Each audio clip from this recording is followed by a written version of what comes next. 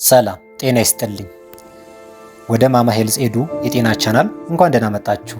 ልጅ ለመውለድ ጥረት በሚደረግበት ወቅት ብዙ ጥያቄዎች ይነሳሉ። ከነዚህም ውስጥ ዋነኛው የግንኙነት አቅጣጫ ወይም ፖዚሽን እርግዝናን ያፈጥናል ወይ የሚለው ነው። ብዙ ሰዎች እንዲህ ብታደርጉ ቶሎ ታረግዣለሽ የሚሉ ምክሮችን ይሰጣሉ።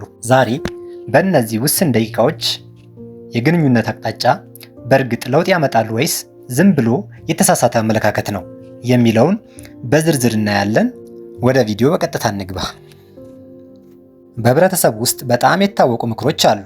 ለምሳሌ ሚሽነሪ ወይም ወንድየው በላይዋ ላይ የሚሆንበት አቅጣጫ ለጽንስ ተመራጭ ነው ተብሎ ይታመናል። ምክንያቱም ስፐርም በስበት ኃይል ታግዞ በቀጥታ ወደ ማህፀን በር ይሄዳል ተብሎ ስለሚታሰብ ነው። ሌሎች ደግሞ ግንኙነት ካለቀ በኋላ እግርን ወደ ላይ ሰቅሎ ለረጅም ደቂቃዎች መቆየት ስፐርም እንዳይወጣ ይረዳል ብለው ይመክራሉ።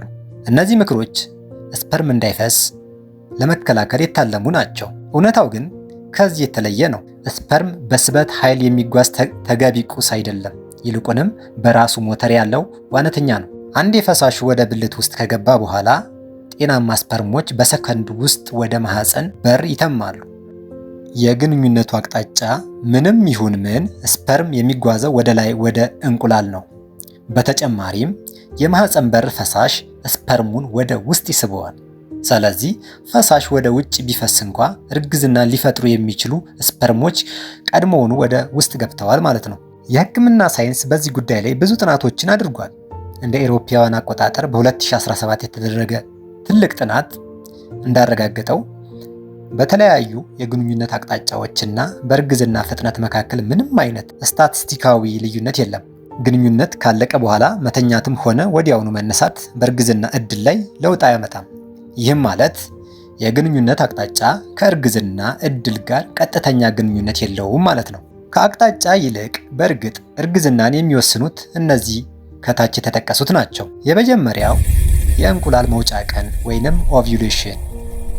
እንቁላል ከላይኛው የማህፀን ክፍል ወይንም ከእንቁልጢ እድገቷን ከጨረሰች በኋላ በየወሩ ወደ ታችኛው የማህፀን ክፍል ትለቀቃለች። ይህንን ጊዜ በትክክል ካወቅሽ ዋናውን እርግዝና የሚከሰበትን ቁልፉን አገኘሽ ማለት ነው።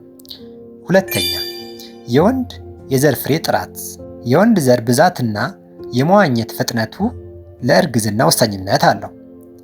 ሶስተኛው የሴቷ ጤንነት። የማህፀንና የእንቁላል ቧንቧዎች ጤንነት እንዲሁ እርግዝና በቀላሉ እንዲከሰት የራሳቸው ሚና አላቸው። የመጨረሻው ጭንቀትን መቀነስ።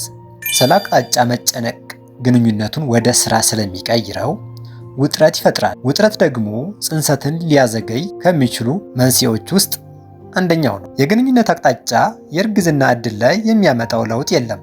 ዋናው ነገር ለሁለታችሁም የሚመቻችሁንና ደስታ የሚሰጣችሁን አቅጣጫ መምረጥ ነው። በግንኙነታችሁ ተደሰቱ፣ ቀሪውን ለተፈጥሮ ተዉት። ቪዲዮ ከረዳችሁ ላይክ በማድረግና ሰብስክራይብ በማድረግ ቤተሰብ ይሁኑ። ጥያቄ ካላችሁ ኮሜንት ላይ ጻፉልን። በሚቀጥለው ቪዲዮ እስክንገናኝ ጤና ይቆዩ። ቻው።